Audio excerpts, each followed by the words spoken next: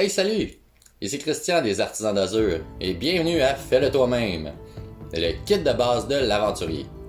Aujourd'hui, on va se concentrer sur la bourse simple, un élément nécessaire pour tout héros à devenir. On va avoir besoin d'un fond en cuir souple 2-3 onces, d'un lacet de cuir de 2 pieds et d'une ganse et un renfort décoratif en cuir 9-10 onces.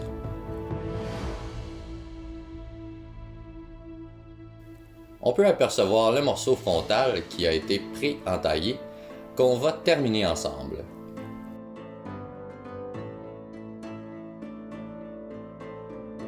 Pour commencer, on peut utiliser soit nos ciseaux à cuir ou notre couteau ergonomique.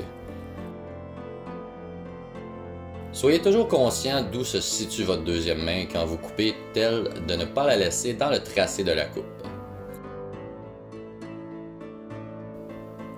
Toujours bien asseoir le couteau dans la paume de la main pour maximiser l'efficacité et garder la ligne du bras bien droite pour éviter les blessures et tendinites.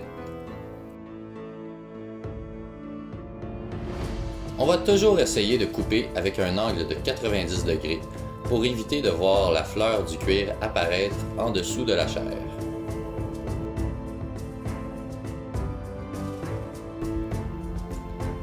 Pour ce qui est des courbes, si on se sent à l'aise, on peut utiliser directement le couteau ou préfendre le cuir avec la lame et terminer au ciseau pour éviter les encoches. Suite à ça, on va utiliser un poinçon. Ce modèle vient avec une tige et 6 têtes interchangeables. C'est important de bien serrer la tête car si elle se lousse durant le travail, on pourrait abîmer les filets. Nous, en atelier, on utilise des versions plus robustes, dû au fait qu'on fait des millions de trous par année. Important, toujours se placer sur un morceau de bois stable, mélamine, pin, érable, peu importe, pour protéger la tête du poinçon et son tapis de coupe. Un bon coup sec et bien aligné devrait facilement traverser le cuir. Pour les trous de rivet, nous utilisons le poinçon 3,5 mm. Pour les trous d'œillet et ceux du lacet, nous utilisons le poinçon 4,8 mm. Avec le temps, on peut voir un champignon se créer sur le poinçon. C'est normal. C'est du métal contre du métal et quelqu'un doit perdre le match. Donc, maintenant que notre morceau est prêt, on peut ajouter de la décoration avec un outil à rainure. Ce modèle plus versatile a 2 têtes, une pour marquer et une pour gruger la chair du cuir.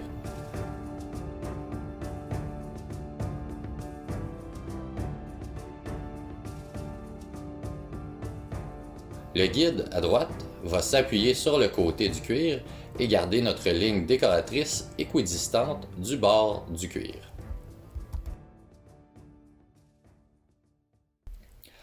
Le modèle que l'on voit ici est légèrement différent. La lame se trouve sur le bras et le poteau au centre nous sert de guide. Un peu moins cher, mais moins versatile. On peut aussi répéter la ligne décoratrice sur la ganse de la ceinture.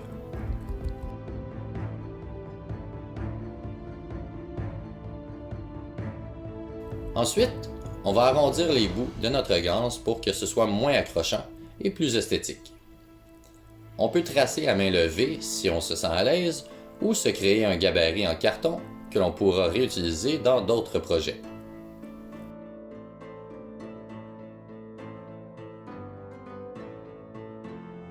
Pour fixer le renfort décoratif, on va utiliser un pied 8 mm.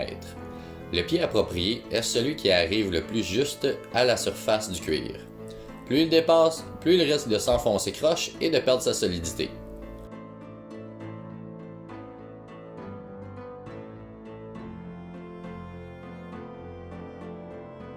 On va ensuite y fixer les têtes de rivet laiton antique numéro 34, 9 mm de diamètre. Les pieds et les têtes de rivet sont disponibles en nickel ou en laiton antique. On peut maintenant pré-clipper les têtes de rivet.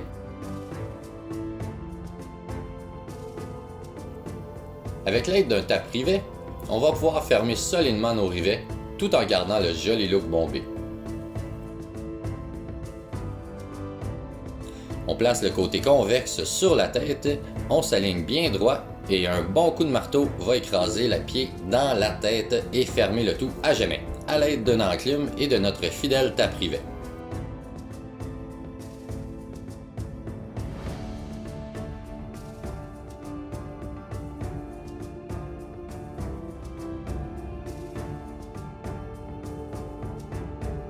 Pour les œillets, dans le même concept, on va avoir besoin d'un pose-œillet.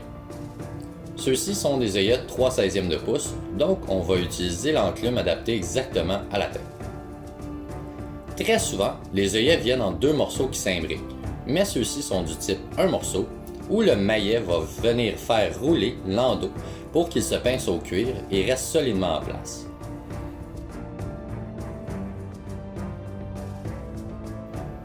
Évidemment, prendre le temps de bien se centrer et un bon coup de marteau sur le maillet bien droit va garantir un résultat impeccable et durable.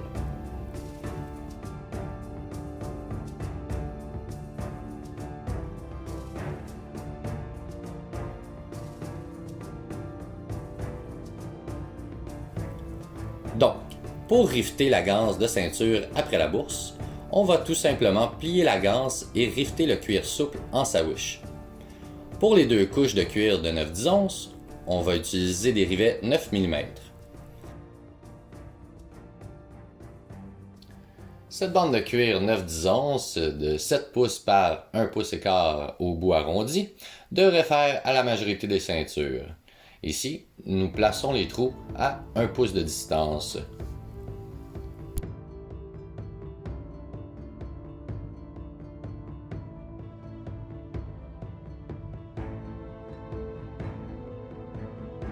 On va aussi coincer le lacet dans la sandwich pour éviter que le coquin se faufile au mauvais moment.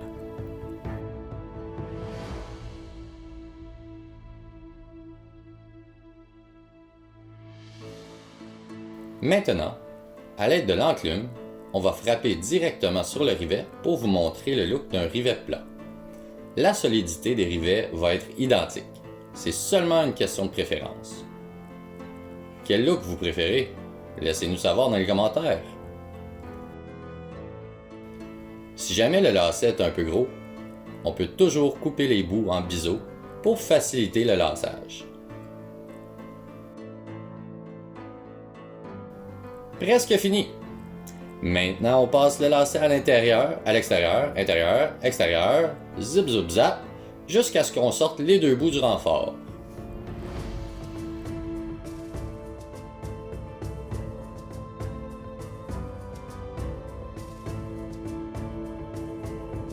Et victoire! Notre bourse est maintenant complétée. Truc d'expert, faites des nœuds simples au bout des lacets pour éviter que les lacets se défilent et perdent vos trésors dans la sombre forêt.